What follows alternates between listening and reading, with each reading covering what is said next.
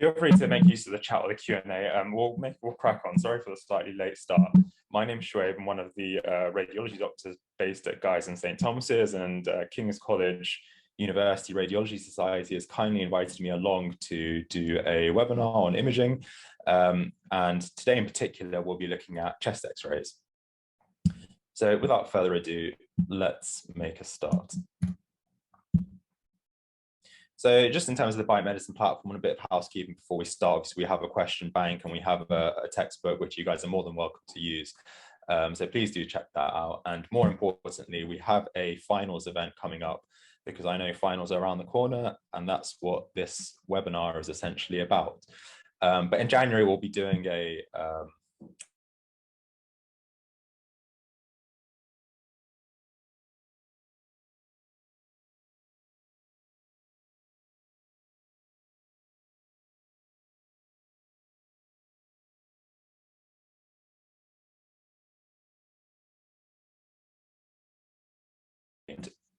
as you have all kindly tuned into this webinar today, if you use the discount code IMAGINGFINALS, that will get you 30% off only if you use it today.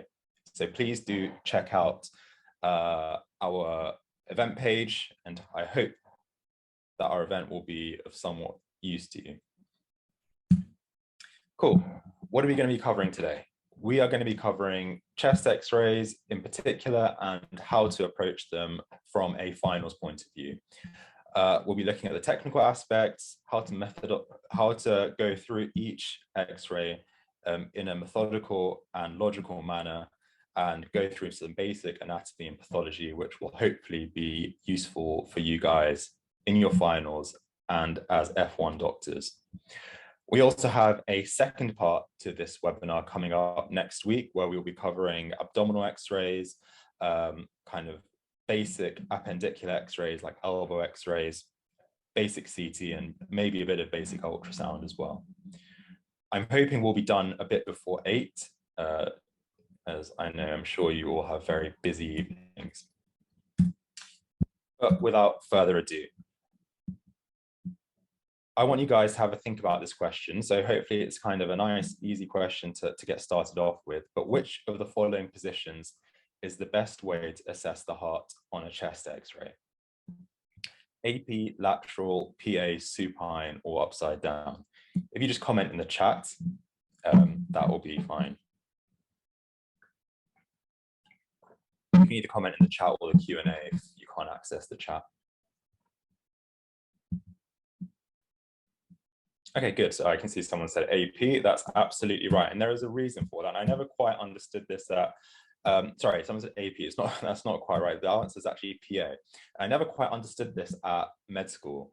I never really understood what the difference between AP was, what the difference between PA was. And I'd always hear that it's something important and something to do with the heart, but I never quite understood why.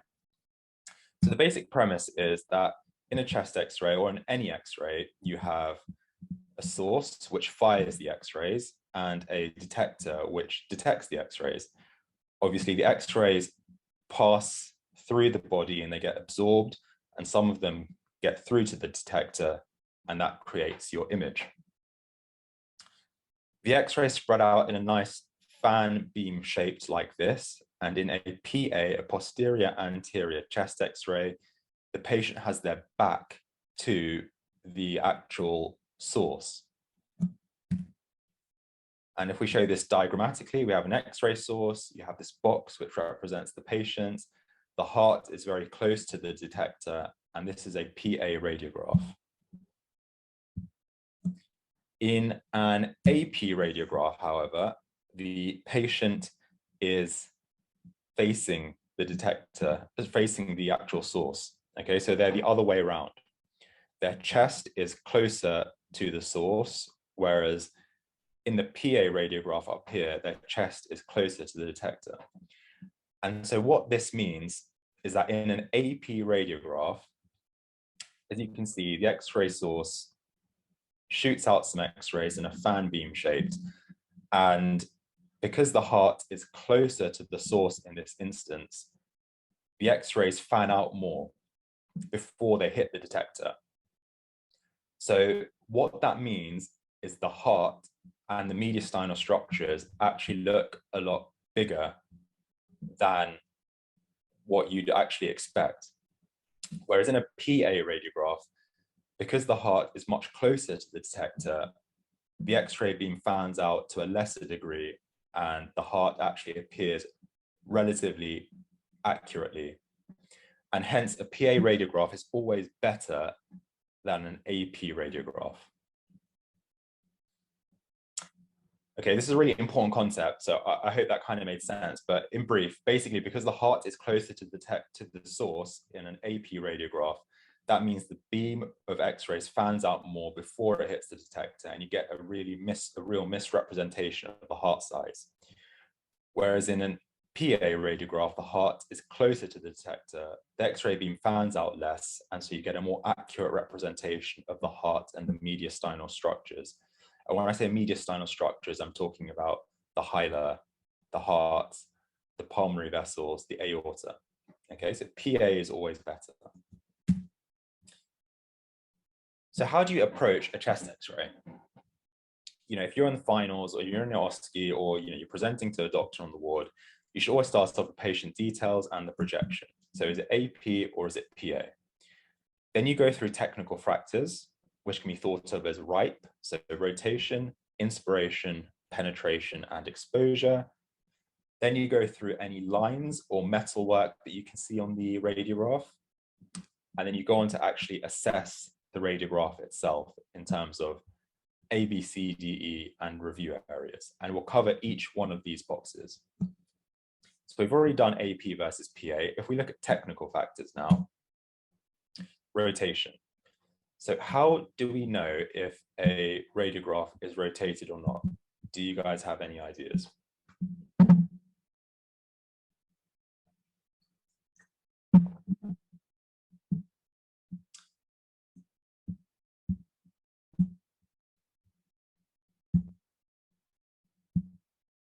So the way to assess rotation is exactly to assess clavicles, as someone has said. So what you do is you look at the medial head of the clavicle, which is here, and you see where those heads of the clavicle are in relation to the spinous processes, which are in the middle. Okay. So if this distance here is equal to this distance here, that means the radiograph is not rotated, okay? So what you need to do is basically look at the medial heads of the clavicle and see how far they lie from the spinous processes. If the spinous processes are in between the heads of the clavicle and they lie dead center between the heads of the clavicle, then we know it's not a rotated study, and that's a good thing. Good. So that's rotation. The next thing to look at is inspiration. So has the patient taken a nice big breath? The reason we want them to take a nice big breath in is because if they don't, their diaphragm will be higher up and you'll actually not see all of the lungs. The criteria for assessment here is 7 anterior ribs or approximately 11 posterior ribs. So if we count the number of anterior ribs here, we have 1, 2, 3, 4, 5, 6, 7. So this is an appropriately inspired film, and you can also count the posterior ribs if you wanted to. So there's one here, there's another one there, and you can just keep going down, and there should be approximately 11 posterior ribs. The next factor to look at is penetration. So how do we know this film has adequate penetration?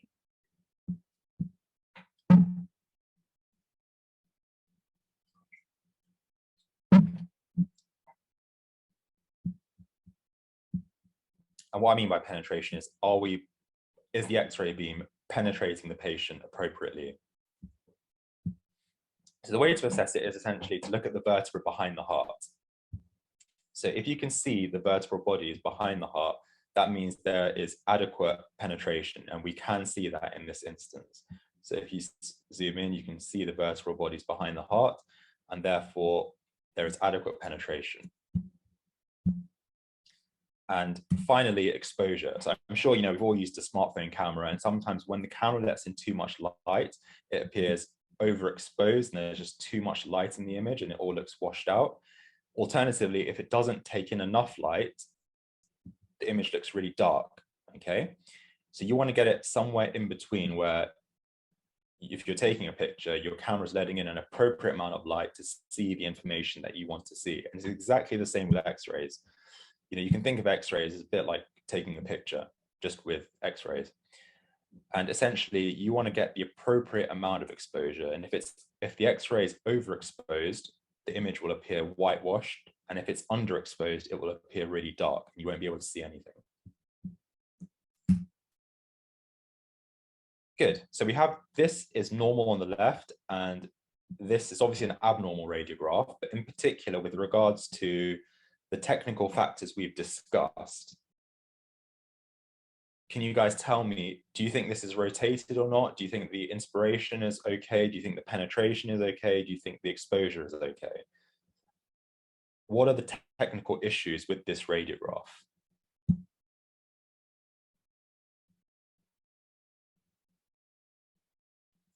So I want you to have a think of that, and you can put it in the Q&A. I think there's a bit of an issue with the chat, but yeah, you can write it in the Q&A.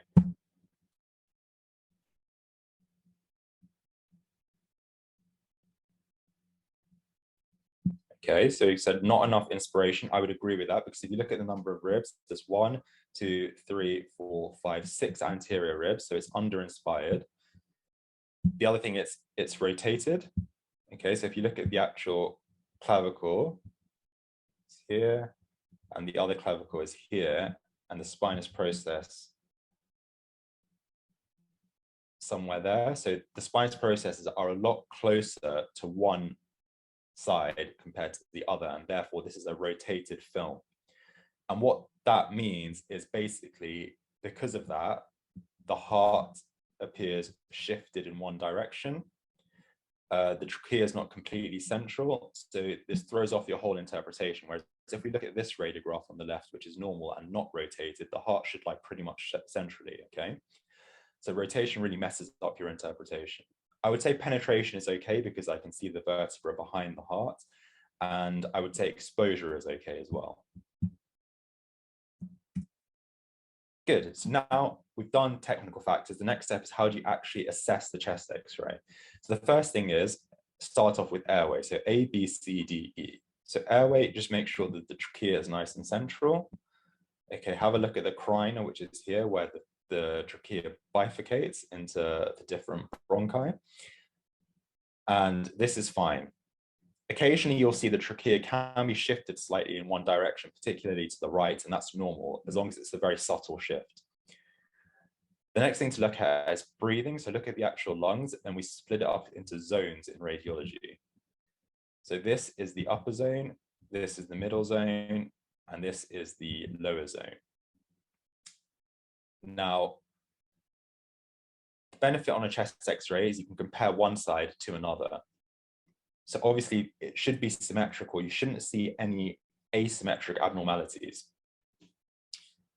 You're looking for any masses, any consolidation, anything that catches your eye on one side that's not present on the other. That should raise suspicion for you. And we'll go through what all these phrases like consolidation actually mean. The next thing is to look at circulation. So look at the heart. So look at the heart borders. They should be nice and clean. If you see blurring of the heart borders, that's a problem. That means there's something there that's obscuring the heart border, like infection or cancer.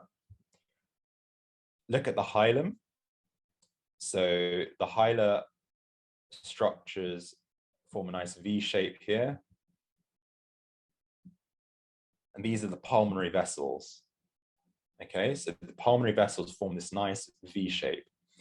The right hilum should always be lower or at the same level compared to the left hilum.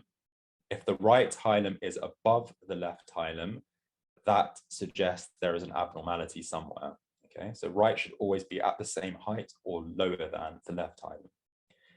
Then look at the diaphragm, which is down here. And again, you should have a nice sharp border, nice sharp costophrenic angles. And if you have any obscuration of the diaphragmatic borders, again, that suggests there's infection or a mass which is causing that obscuration. Costophrenic angles should be nice and sharp, and if they're blunted, that suggests you have a pleural effusion. The final point is to look at everything else, and those are your review areas. So our review areas are the lung apices, which are up here. The costophrenic angles, I know we've already looked at them. Make sure you have a closer look down here. Look behind the heart. So particularly this section here, because you can get masses or you can get infections behind the heart in the actual lung. Look behind the diaphragm, because a lot of lung is actually sitting behind the diaphragm. If you imagine the lungs actually wrap around and behind the diaphragm. And then look at the soft tissue and bone. So look around the actual lungs itself. So in particular, look at the ribs, look at the clavicles, look at the shoulders, make sure there are no fractures. And that's essentially a whistle-stop tour on how to interpret a chest radiograph. Some basic structures. So we have the trachea, we have the carina, which is where the trachea splits. We have the hilum, as I said, the diaphragm, and the gastric bubble. So this is normal. This isn't air under the diaphragm. This is within the stomach, and it's very normal configuration. This is just gas within the stomach.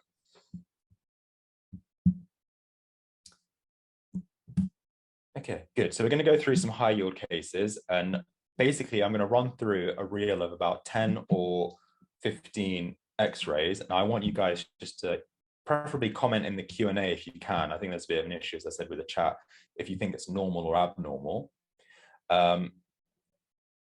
And we will then go through each of the radiographs in a bit more detail.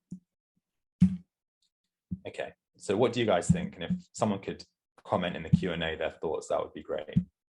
So do you think it's normal or abnormal?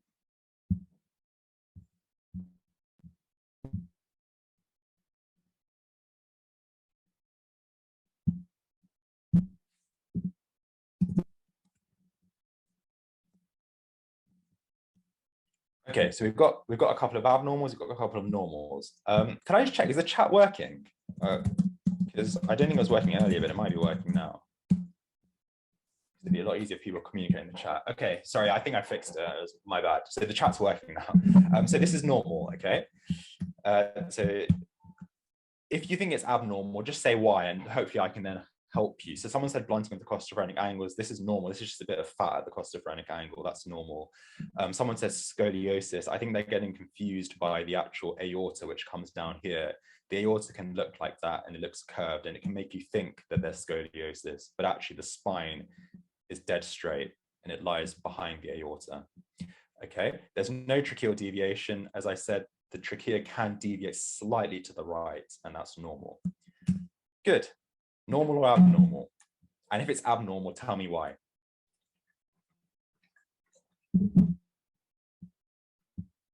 So you can hopefully comment in the chat now. So this one is normal, okay? There is one thing on here. There's actually a line. It might be a bit faint and difficult for you to see, but there's a line coming in through the left, going up here and curving round. Does anyone know what that line might be? It's coming in from the arm. It's coming up through the axilla, and it's going into the mediastinum. So yeah, well done. It's a PICC line. So it's basically a long cannula, and you can give chemotherapy and all sorts through it. So that's why, or antibiotics.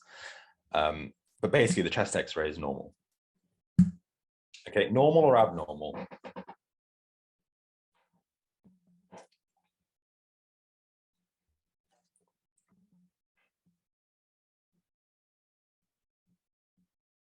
Okay, so this is normal, yeah? There's nothing wrong with this radiograph. So I think someone suggests there might be hyperinflation. Hyperinflation, I understand why you're saying that, and that's because the diaphragms look a bit flat, but sometimes when patients just take a big breath in, it can look like that. Okay, so this is normal. Okay, normal or abnormal?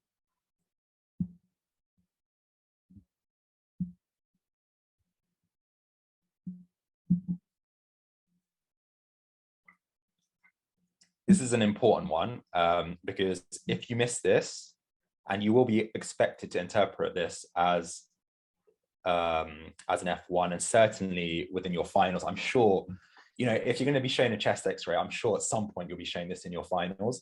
There is air under the diaphragm. Okay, so that's called pneumoperitoneum, or you can call it subdiaphragmatic free air. And that suggests that there's been a perforation within the abdomen.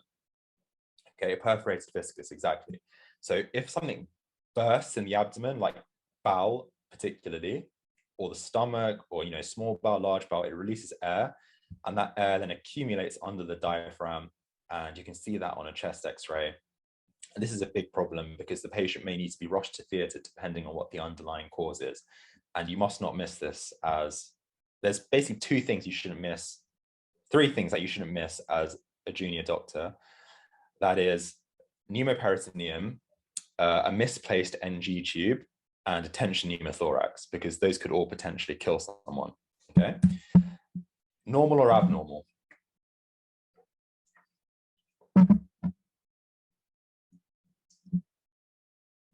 Let's whiz through this one. This one's normal. Okay, there's nothing wrong with this.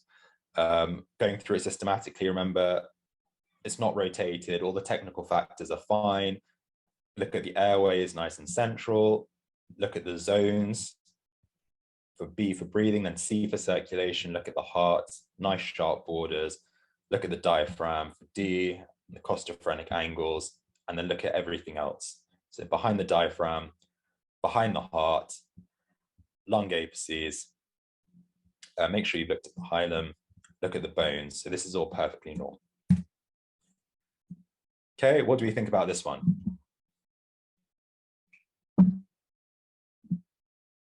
So people are saying it's abnormal, that's good.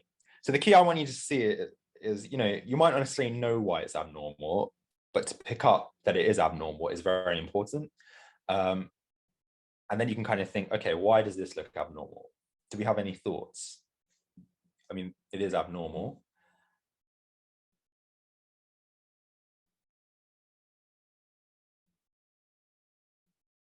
Okay, really good. You guys are saying some good things. So cardiomegaly, firstly, it's a PA radiograph, so we can assess the heart size, and the heart is enlarged. And the way we assess for that is if the heart is greater than 50% of the width of the thorax, then that's considered enlarged, okay? So this is a big heart, so they've got an element of heart failure probably.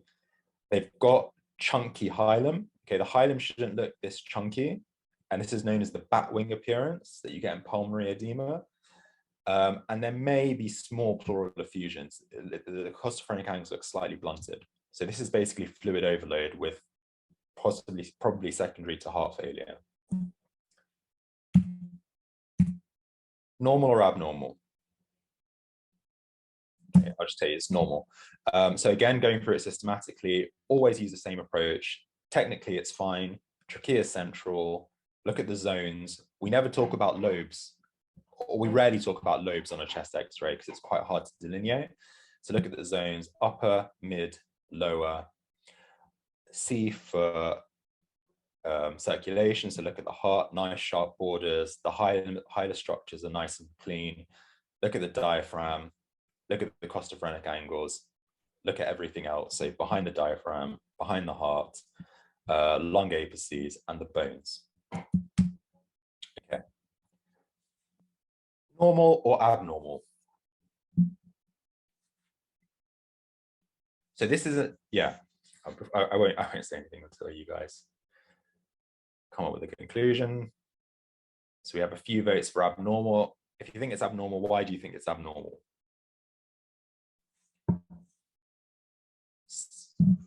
So this is what I mean, that in a chest X-ray, it's really useful to have basically you've got two sides, right? So you can compare one to the other. So you can see the costophrenic angle here is blatantly blunted, whereas here it's still not completely sharp, but here it's obviously different to this side.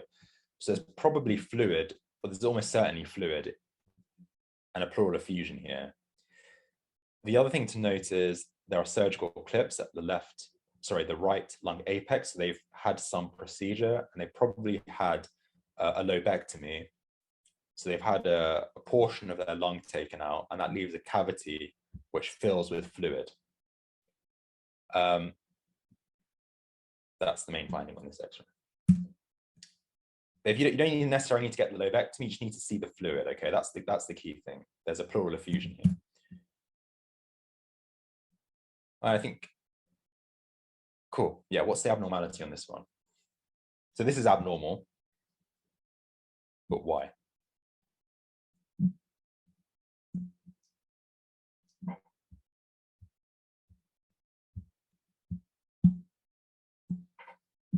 Any ideas? So firstly, there are bilateral pleural effusions, yeah? So remember, always look at the costophrenic angles. They should never be straight or kind of curved like this. They should be nice and sharp. So there are bilateral small pleural effusions. You can't see the heart border, remember? You can see it here, but then you lose it at the pleural effusion. That's because the effusion is obscuring the heart border. You can't see the hemidiaphragm either, again, because of the pleural effusion. So you've lost those contours, which makes you think something is going on here. The other thing is this patient has a line, so they've got a right central line. So it comes in down to the mediastinum. This is normal. Okay. Good. So which of the following indicates a malpositioned NG tube? I want to see if actually my Menti is working. So hopefully we can answer this collectively.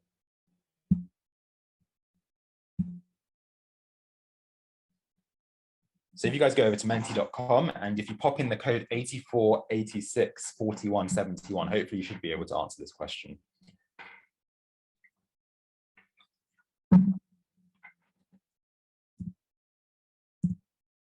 So which of the following indicates a malpositioned NG tube?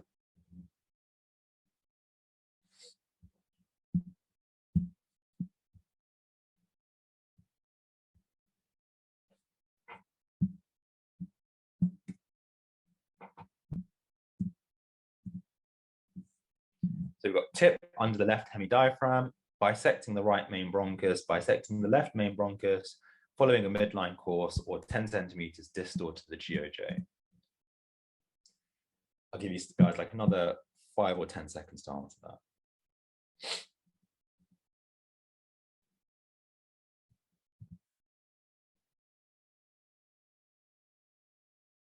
Bisecting the right main bronchus is the correct answer, yeah, because that suggests that it's malpositioned, and I'll show you why. So an NG tube, for those of you who don't know, is a feeding tube which is put in through the nose, and it should be in the stomach. And there are 4 criteria we use to determine whether it's in the correct position or not, which I'll go into in a second. But before I do so, basically, after you've, lines are very important to assess on a chest X-ray, which is why we're going through this. So an NG tube in particular, as I said, if that is misplaced, that could be potentially fatal. If you feed the patient and the NG tube is in the lungs, then that could cause a potential fatal consequence. Other lines that you may see are the endotracheal tube or PICC lines, central lines, chest drains. And it's very important to comment on these. So this NG tube is in a safe position, and I'll explain why. Firstly, it's in the midline. Okay, so we can see it roughly traverses the midline. It crosses, if it crosses the carina, which is here, or the left main bronchus, that is acceptable. It shouldn't really cross the right main bronchus. So carina or left main bronchus is acceptable. It should pass below the left hemidiaphragm, and the tip should lie approximately 10 centimeters distal to the GOJ, which is the gastroesophageal junction, and lies approximately here.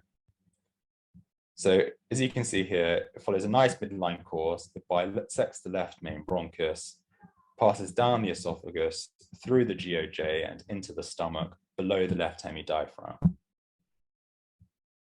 And these are the 4 criteria to assess NG tube position. Very important for you to remember that. And going back to our approach to chest X-rays, so always comment on lines and metalwork first, then comment on A, B, C, D, E, and then your review areas. So that's the way to think about chest X-rays. Okay, so where is the NG tube here?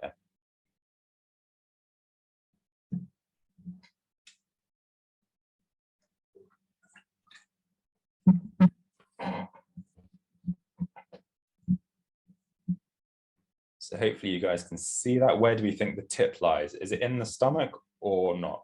That's the key distinction to make.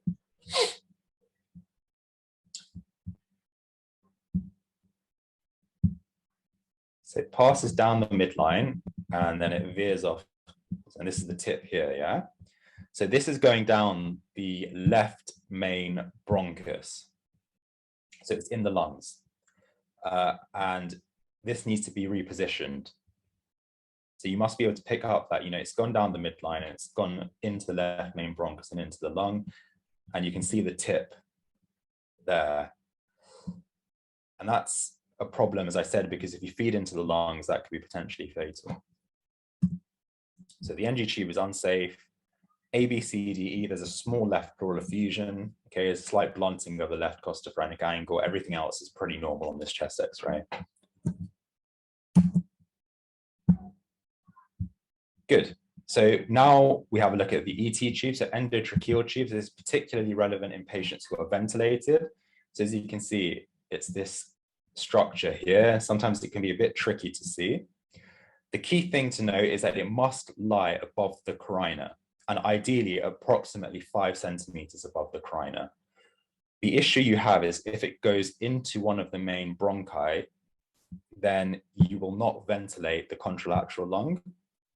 So if this ET tube, which is here, if that is actually sited in the right main bronchus, for example, you won't be ventilating the left lung, and then you'll get left lung collapse and the patient will start to deteriorate. So it's important to note that the ET tube must be sited above the carina.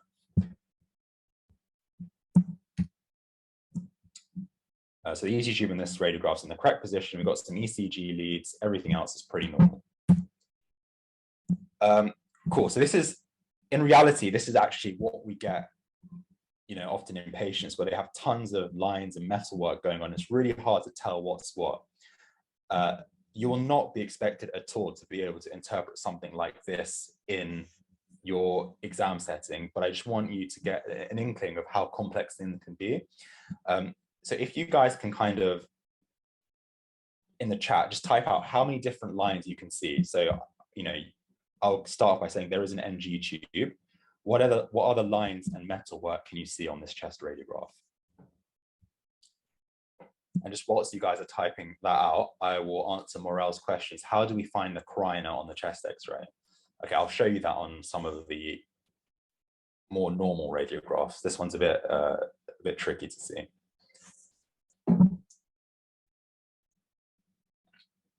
But what lines can we see? So we've got an ET tube. Okay, we've got an NG tube, correct. We've got sternal wires, so midline sternotomy wires. We've got this thing here, which isn't a loop recorder, but it's a really good guess. We've got ECG wires, okay, and that's these wires here, these really bright ones with clips. This down here is a metallic valve replacement. It's probably mitral valve, but you just need to know that's what a metallic valve looks like. Okay, we've got a central line here, central line coming in here. This big bright thing is sternal fixation. So they've had sternal fixation surgery. So this is a big rod going through the spine. They've also got a chest drain down here. Okay, so that's going into like the very posterior inferior aspect of the lung behind the diaphragm. And do they have any other lines? No. Okay, so there's a lot going on. Valve replacement, ET tube, NG tube, midline sternotomy wires, central line, chest drain. And of course, they've also got, you've lost the left heart border, you've lost the left hemidiaphragm, so they've probably got a combination of a pleural effusion and maybe some consolidation going on down here.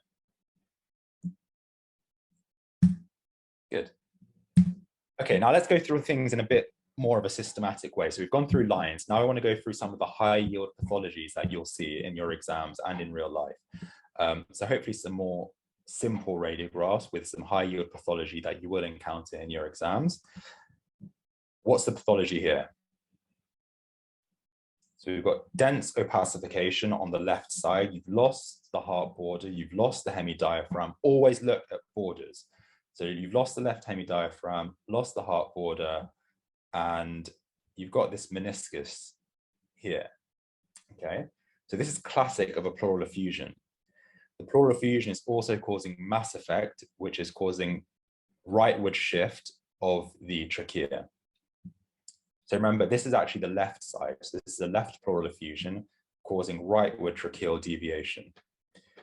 The classic thing about pleural effusions, they're very dense. So you've got this complete whiteout, yeah, over here, and you have typically you have a meniscus.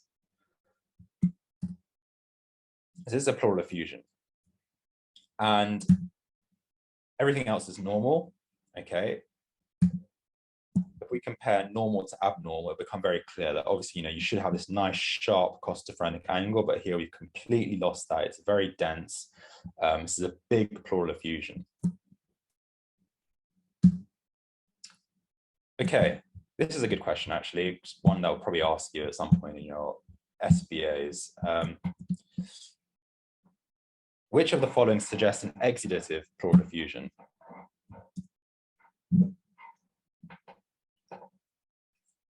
So with pleural effusions, you can have two types. You can have transudates and exudates, and sometimes it's useful to distinguish between the two, mainly because they like to ask about it in exams, but also the causes of exudative pleural effusions are different from transudative effusions, and one tends to be a bit more nasty than the other.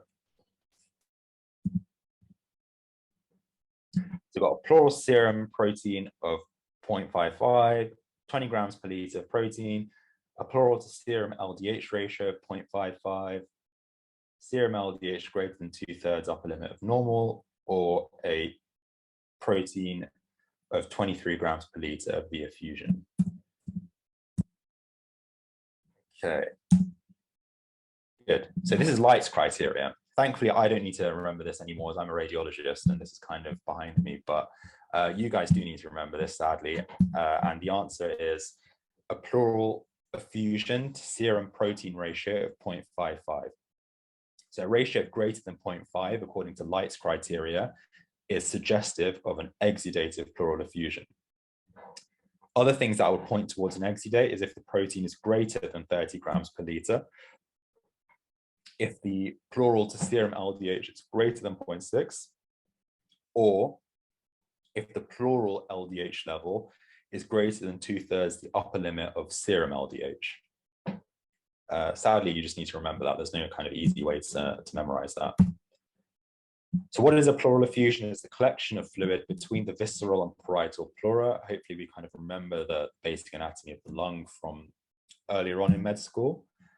The key thing I want to point out is that unilateral pleural effusions should always make you think badness.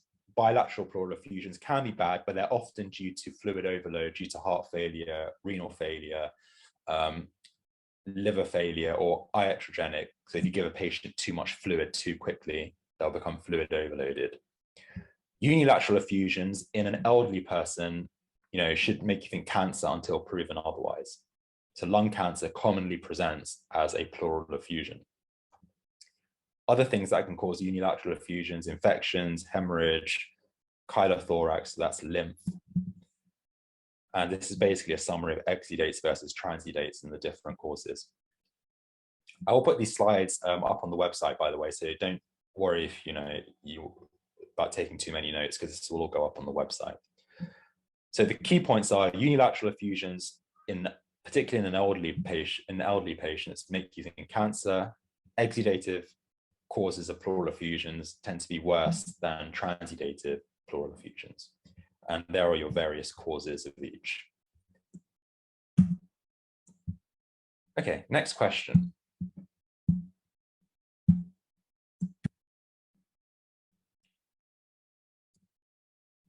So what is the diagnosis here? Hopefully you should be able to see that image on your phones or on your computer if you are participating in the questions.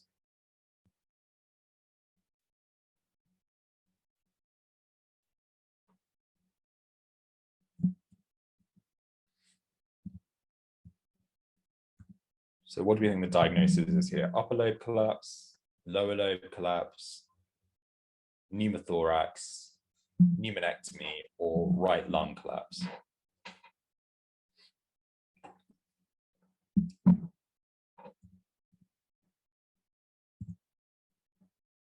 Okay, so we've got a bit of a split between right lung collapse and pneumonectomy. The answer is actually pneumonectomy. This is a tricky one.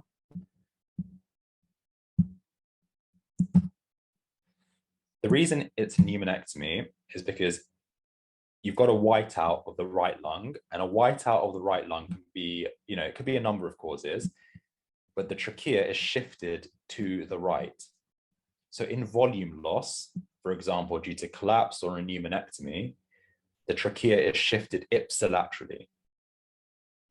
So this could either be right lung collapse or it could be a pneumonectomy. But how do we know this is a pneumonectomy? There's surgical clips here, yeah? It's quite subtle. But if you kind of look very closely, there is horizontal surgical clips. And that suggests that this is a pneumonectomy rather than a right lung collapse. So just looking at this radiograph in a whole, you've got complete whiteout of the right lung. You've lost the right heart border. You've lost the right hemidiaphragm.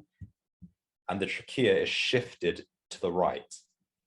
So in volume loss, whether that's due to collapse, whether that's due to pneumonectomy, whether that's due to fibrosis, the trachea and the mediastinum is always shifted to the same side as the volume loss. And that's really important to remember.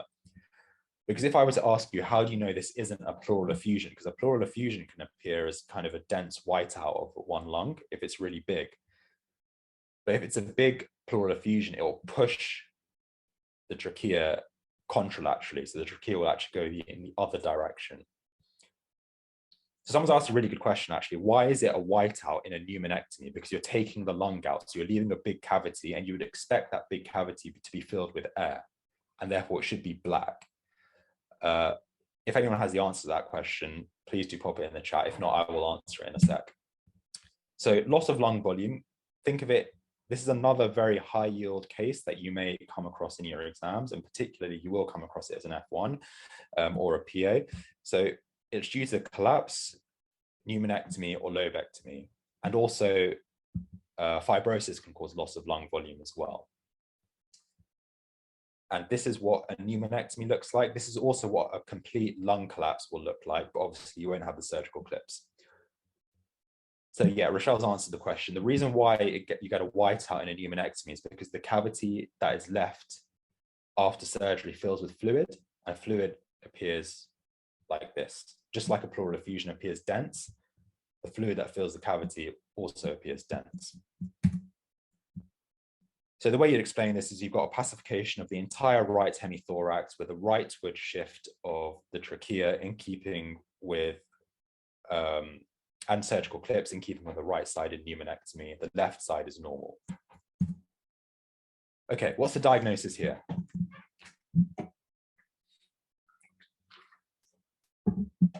So this is another classic case. That's important. You may well get it in your finals.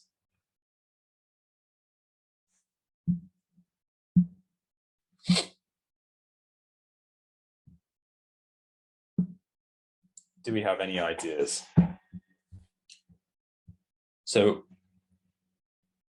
if you don't know the diagnosis, what's wrong with this film? Like, I'm telling you it's abnormal, but what is the abnormality? Can you kind of describe it, or can you see it? If you don't know what the diagnosis is, that's fine. So remember, always look at borders. Kind of, if there is one take-home message, always look at borders on a chest X-ray. Now, can we see the left heart border? it's gone, right? We've lost the left heart border and we've lost this bit of the left hemidiaphragm. And there's this dense triangular opacity here. You know, you shouldn't see that.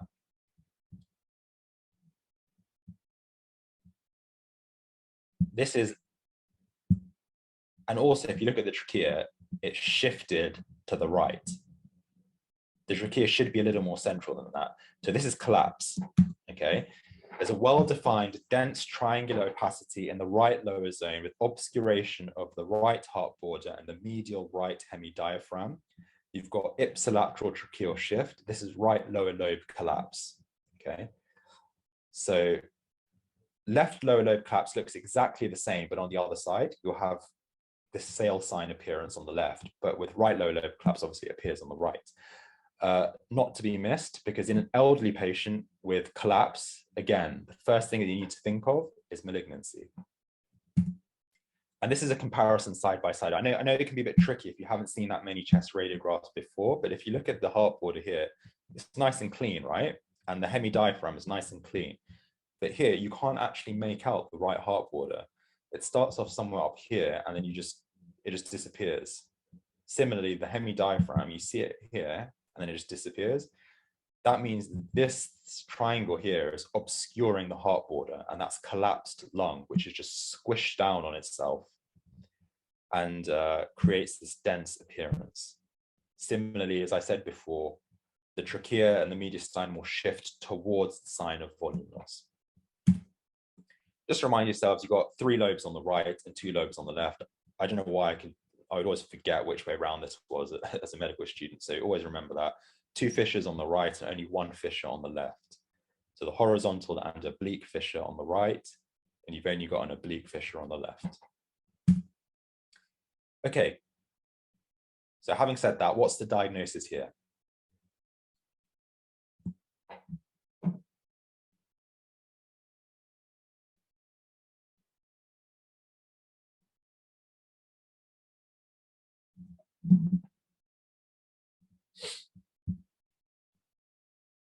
Good, well done. Right upper lobe collapse this time, right? You've got, this is the upper lobe here.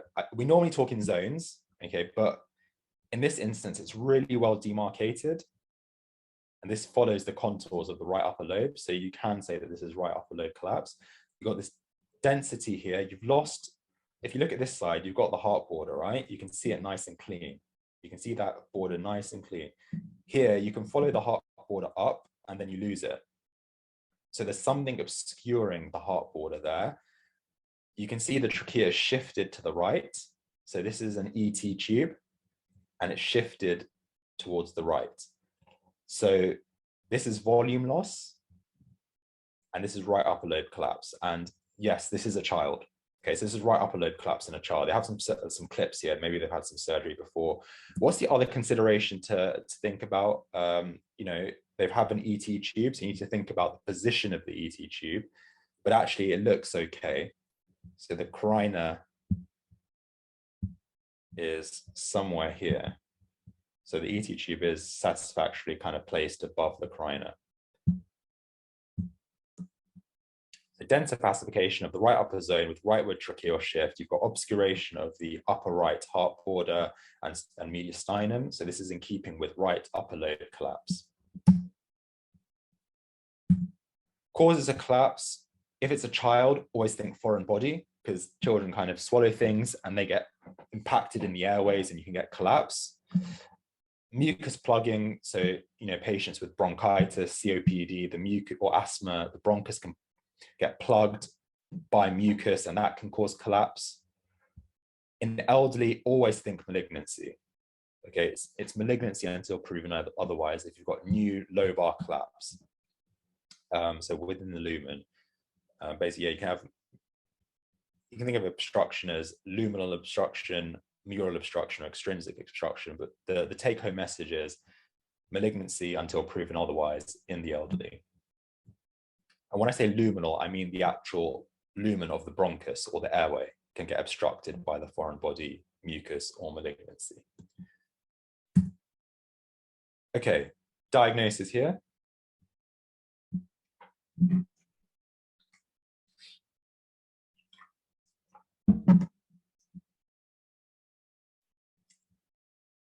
So the heart is this entire thing, right? So this is a huge heart.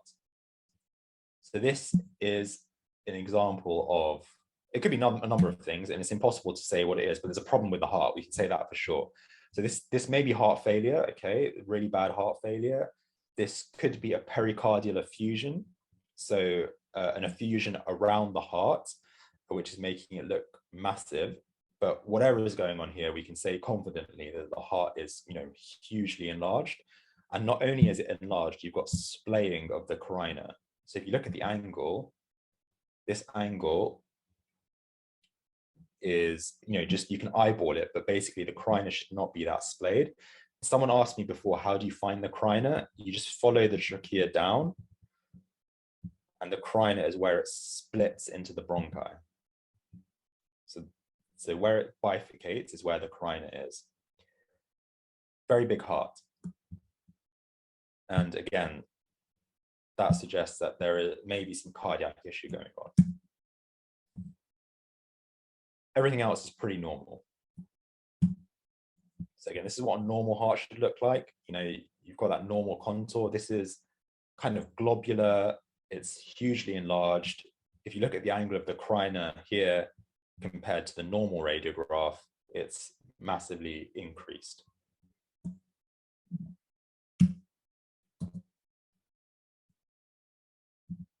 Okay, yeah, something I want to point out here is in relation particularly to the heart, you've got the SBC, which comes in here. This border here is the right atrium. The right ventricle lies at the bottom. The left ventricle lies at the apex, and the left atrium lies up here.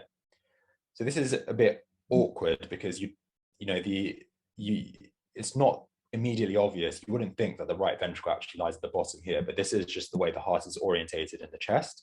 So right atrium, right ventricle, left atrium, and then if you can make out, this is the left ventricle here, the aorta will come out and wrap round, go down into the abdomen, okay? And this knob here is called the aortic knob or the aortic knuckle. And this is essentially a representation of the aortic arch.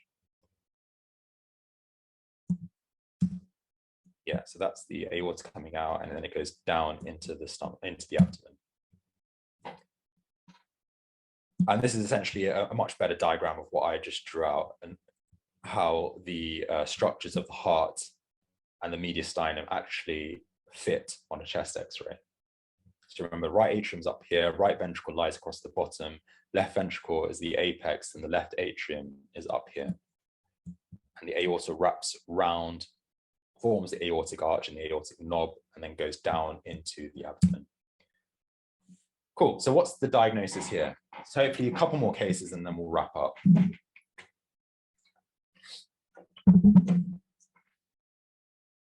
So I want a unifying diagnosis here, if you can. If not, just name some of the abnormalities that you can see. So remember, always think in terms of, can I see the heart borders? Can I see the diaphragmatic borders? Can I see the costophrenic angles? Go through that systematic method of A, B, C, D, E. So we've got the trachea central, okay, that's airway done. Breathing, well, it looks a bit patchy kind of here, and something doesn't look quite right, I would say. If you look at the heart borders, you can't quite make them out that clearly, and it's a bit tricky, isn't it? And in particular, behind the heart, which is one of the review areas, is really dense. Look at the diaphragm and the costophrenic angles, they look blunted. And then look at your review areas, so behind the diaphragm, behind the heart, apices, etc. So this is a heart failure with pulmonary edema. How do I know it's heart failure? Well, we need to think about the A, B, C, D, E signs of pulmonary edema. So pulmonary edema can be caused by a number of things, one of which is heart failure, right? So if we look at the most immediately obvious thing is that the costophrenic angles are blunted. So this patient has bilateral pleural effusions. Not only that, it's behind the heart looks very dense, and this is because of the pleural effusion. The pleural effusion is obscuring the diaphragms bilaterally, the diaphragmatic contour, and it's obscuring a bit of the contour of the heart as well. They've got, if you look at the hilar, they look quite fluffy, and that's known as alveolar edema or bat wing appearance. And that's caused by fluid within the alveoli, okay? Fluid within the alveoli causes this bat wing appearance. Does this patient have cardiomegaly? It's a bit difficult to tell because it's an AP film, so they may or may not have cardiomegaly. Dilated upper lobe vessels are basically dilated pulmonary veins, which we don't necessarily see here, but if you look up an image of it on Google, you basically see very prominent pulmonary veins in the upper zones. So if we compare normal to pulmonary edema here on the right, you can see costophrenic angles are nice and sharp. Here they're blunted. The hilar look nice and crisp and thin, whereas here they look really fluffy, and that's known as alveolar edema or a bat wing appearance. And arguably the heart is enlarged, although it's difficult to tell on an AP film, whereas here the heart is nice and, it's a good size. So the key findings in pulmonary edema are A, B, C, D, E. Alveolar edema, which we see here. Curly B lines, which we don't actually see on this film, but I've got an example of it coming up. Cardiomegaly, dilated upper lobe vessels, which we don't necessarily see on this film, and pleural effusion. So just remember A, B, C, D, E. So these are curly B lines. They are these thin horizontal lines that you see at the lung edge, and they represent fluid within the interstitium, okay? So alveolar edema is here. You can see the hilum looks quite fluffy. That's fluid within the alveoli, whereas fluid within the interstitium is known as curly B lines, and that's these horizontal lines that you get at the lung edges. The other thing to note here is you've got a left pleural effusion, okay? The costophrenic angle is blunted. The right costophrenic angle is nice and sharp. The left one looks flat. And you've also got fluid tracking along the horizontal fissure. So this is another case of pulmonary edema. So just remember A, B, C, D, E. Okay, good. What's the diagnosis here?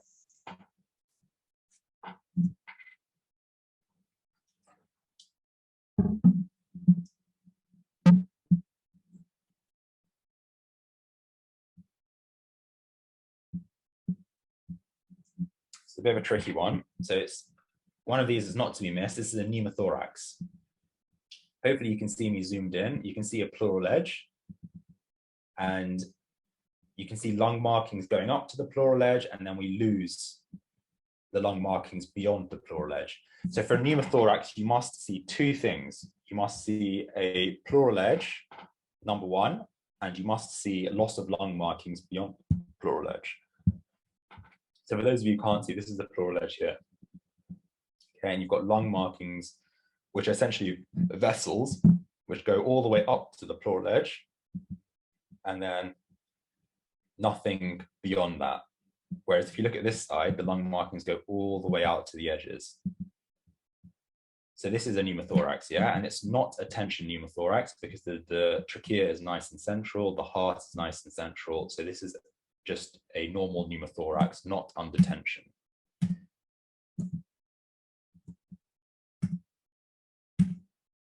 Good, and it's a left-sided pneumothorax, okay? This is a tension pneumothorax. So here we can see that the trachea is grossly shifted over to the right, the heart is shifted over to the right. You've got a pleural edge here. Yeah, that's your pleural edge there. Loss of lung markings in this space with contralateral mediastinal shift. You must not miss this as a, as a doctor, because this could, again, potentially be fatal very quickly. And it's something that you can actually treat very quickly as well. Mediastinal shift, yeah. And this is the final case before we go on to a quick rapid round and finish. But this is essentially what consolidation looks like. Can you see this patchiness at the left lower zone? So this is consolidation. And the great thing, as I said on a chest X-ray, you can always compare side by side. Look at this side, it's nice and clean. Whereas look at this side, it just looks white and fluffy. And that's because of the consolidation. And the reason I know it's consolidation is because you've got air bronchograms. So air bronchograms are these black spaces within the fluffy white areas. So you can see a black space there, black space, kind of black spaces scattered throughout the fluffy white opacity, and that's classic of consolidation. The reason you get those air bronchograms is because in consolidation, so if you think about what the alveolar and airway structure looks like, you know, this is kind of what it looks like as it gets towards the alveolus. So you have an airway which comes off and it branches and it gives off a bunch of alveoli. In consolidation, the alveoli get filled with inflammatory exudate. So in an infection, you get consolidation, okay? In an infection, you get inflammation. That inflammation leads to inflammatory exudate pooling in the alveoli. And that's why you get this fluffy white opacity. But the actual airways themselves tend to remain patent. And so they appear dark and hence appear as air bronchograms, as dark areas within the fluffy white opacity. And this is classic of infection. So infection causes consolidation, which gives you this appearance. What else can cause consolidation? So infection is not the only cause of consolidation. What else can cause fluid building up in the alveoli? So infection is one of them. You can get inflammatory exudate. Can you think of any other causes which might lead to fluid pooling within the alveoli?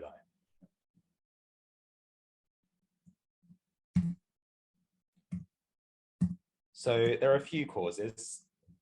Infection, so there's some good suggestions in the chat, but the others are blood. So if there's trauma, you know, a patient's broken some ribs, they can bleed into the alveoli, and that can look at like consolidation. Pulmonary edema can also cause consolidation, sorry. So blood and pulmonary edema are causes of consolidation. In this instance, infection is most likely because it's unilateral. Okay, if it's pulmonary edema, you'd expect it to be bilateral. You might see pleural effusions, you might see the bat wing appearance we talked of, you might see curly B lines. So this is less likely. And in blood, there would be a history of trauma or some broken ribs that you might see. So infection is the most likely case here. Going through our structure of lines and metalwork, A, B, C, D, E, review areas as always, there are small pleural effusions. Okay, we've blunted our costophrenic angles bilaterally. Good, now we're gonna go into a rapid fire round. And before I do that, I just wanna remind you guys of the finals course we have coming up. So that's gonna cover kind of everything that you need to know from medicine to surgery, and it will be done by it's organized by Bite Medicine and Inside Medical Finals. And we're going to try and comprehensively cover medicine and surgery and everything you need to know for your OSCEs over 2 weekends. You know, we've got really good feedback in the past. And as I said, if you purchase the tickets today, you get 30% off. I think the current price is roughly £30 a day, but with the imaging finals discount code, you get the extra 30% off. So please do check out biomedicine.com. And I've popped it there in the chat. And hopefully this will be of use to you and it'll be kind of really helpful when it comes to your OSCEs.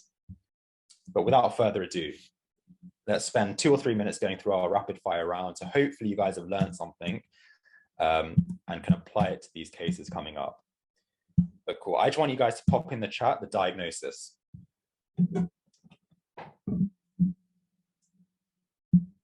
So what do we think the diagnosis is here? Good, pneumoperitoneum, so air under the diaphragm. Really good, really important not to miss this. What's the diagnosis here?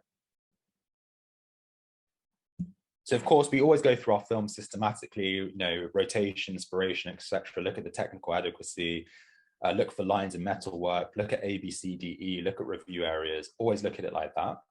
But I just want to spot diagnosis here. So yeah, this is heart failure with pulmonary edema, okay? Really good. You guys are doing very well.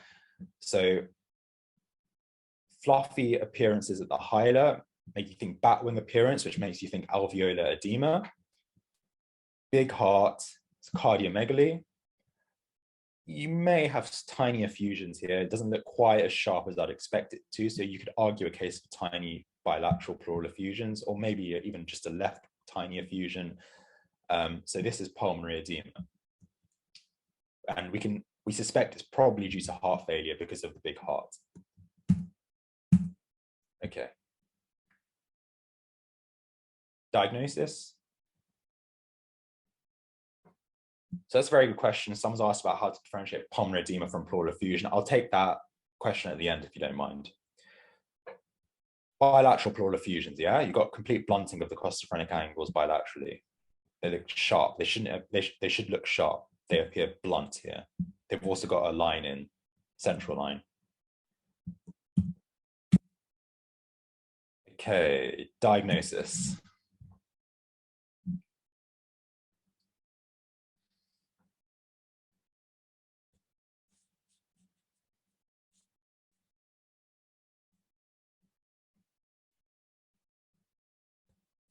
All right, so this is another pleural effusion, but this time it's on the right. Can you see the left looks nice and sharp, the right looks blunted, and the key giveaway here is they've got a chest drain in. So the chest drain must be draining something. It's either going to be draining a pneumothorax or it's going to be draining fluid. So they've got a chest drain in, draining the small right pleural effusion. The right hemidiaphragm looks a little bit elevated as well, right? It shouldn't appear this much higher than the left. But remember, always look at heart borders and diaphragmatic borders. If you look here, you can see the heart border up to about here, and then we lose it. Whereas on the other side, you can see it all the way kind of going down behind the diaphragm, whereas you can't really appreciate that on the right.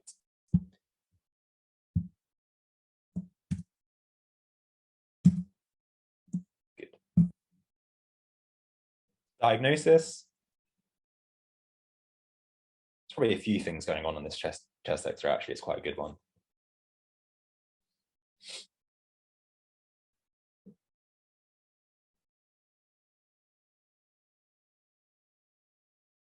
Okay, so that's really good. Rhoda suggested right upper lobe pneumonia. I would say I would call this, that's one thing, one potential thing, but I will just correct that slightly in a second. What else is going on? So don't just stop there, right? As a radiologist, there's something called satisfaction of search. You need to find one abnormality and then keep looking for other abnormalities. So there's a left-sided pleural effusion. And again, the giveaway is they've got a chest drain in. Got a chest drain here. But if we look at this a bit more closely, compare, remember when I said you're looking at the lungs, compare side to side. So this looks nice and clean. This looks really fluffy. You can see black holes in the fluffiness, so that's consolidation. And as I said, consolidation can be caused by a lot of things, but it's probably infection as it's quite localized and unilateral. So this is right upper zone consolidation, probably in keeping with infection. And as I said, always look at heart borders and diaphragmatic borders. You can see the diaphragm on the right, but you can't actually see the diaphragmatic border on the left. So something must be obscuring it. Similarly, the left heart border just doesn't look completely crisp. So this is probably a pleural effusion because you've got blunting of the costophrenic angle. So it's relatively sharp on the right, but on the left it's blunted, and you've got loss of the diaphragmatic border. So you've got a consolidation in the right upper zone and a pleural effusion on the left. Okay, so this is quite a good film. If the first person to get this one right, I will give you, you can have, what would I give you? I don't know. You can get free access to the finals course, which is worth, I think, roughly £120. So the first person to get this one right can get that. But I'll only give you 20 seconds. Time is ticking. It's obviously not going to be as easy as pacemaker or heart failure. It's going to be a bit more difficult than that. Okay, you've got 10 seconds left.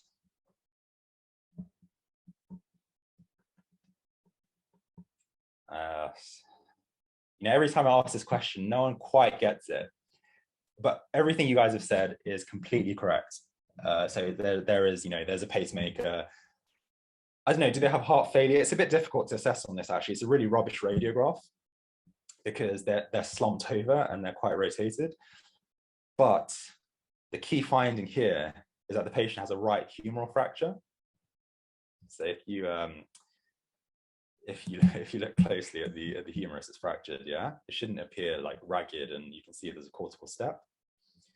And this does happen particularly in elderly patients, because elderly patients often don't complain of pain because they don't like to complain.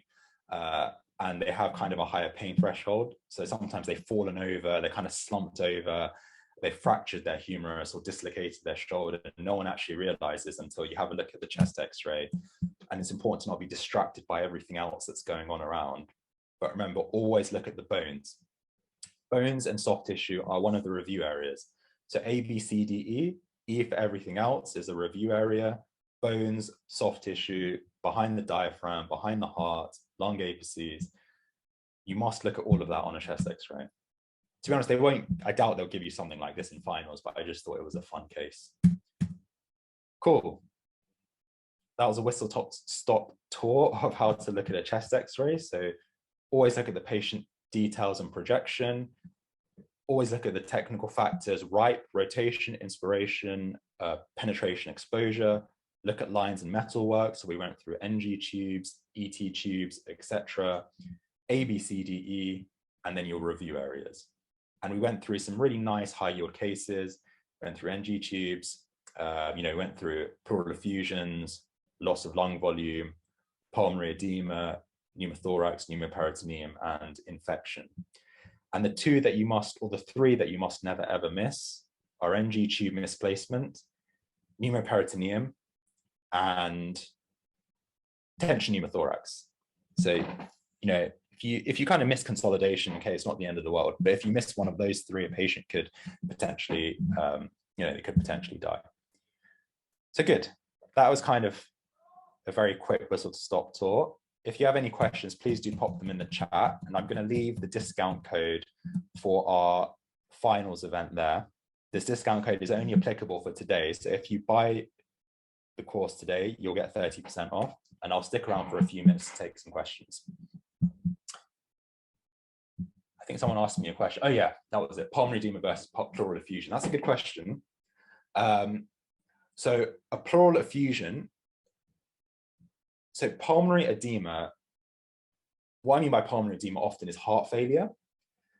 Heart failure can cause pulmonary edema and a pleural effusion, right? A pleural effusion has a number of causes, one of which is heart failure. So this is a bit confusing. So if you have pleural effusion and you have a big heart and you have bat wing hilar and you have curly B lines, that should make you think, okay, the patient has heart failure with pulmonary edema. If you just see a pleural effusion and nothing else, that should make you think, okay, maybe there's a different cause of the pleural effusion, such as cancer, such as renal failure, etc. So it's important to think about it in the context of, in the clinical context, essentially. So in short, pleural effusions can be caused by heart failure, but there are also a number of other causes of pleural effusions, like renal failure. What exactly do reticulations describe on a chest X-ray? So for your purposes, reticulation describes fibrosis. And when I say fibrosis, I mean interstitial lung disease, so idiopathic pulmonary fibrosis, or, there are kind of a number of causes of interstitial lung disease, the most common of which is idiopathic pulmonary fibrosis. Great. I think I've got any other questions? Any other ways you can differentiate pleural effusions from pulmonary edema apart from recognizing? No. So you just need to know. So the other way to differentiate, as I said, is the clinical context. If you know that the patient has had significant weight loss, cough, smoker with a unilateral pleural effusion, then that must make you think cancer. If they've got bilateral pleural effusions with all the other findings of pulmonary edema, then that makes you think this is pulmonary edema and heart failure. So you need to interpret it in a broader context. Cool, no problem. I do have a feedback form somewhere, which actually I'm probably quite grateful if you could fill out as references. If you could use that QR code to fill out the feedback form, I'd be very grateful. And I think someone asked about, are these going to be recorded? Yes, so the recording of this will go up on our Biomedicine website. You'll have access to that for free. And I will put the slides up at some point today or tomorrow, so you'll have access to all of that. But yeah, you're very welcome, guys. Cool, I'll leave that QR code up for a bit. Do check out our finals course. And we have an imaging event next week, same time, covering a bit more on X-rays and CT for your finals.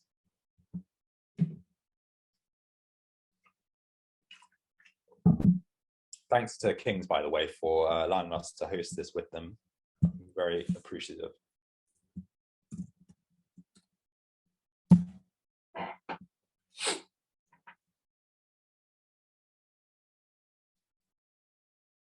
Cool. I will catch you guys hopefully next week.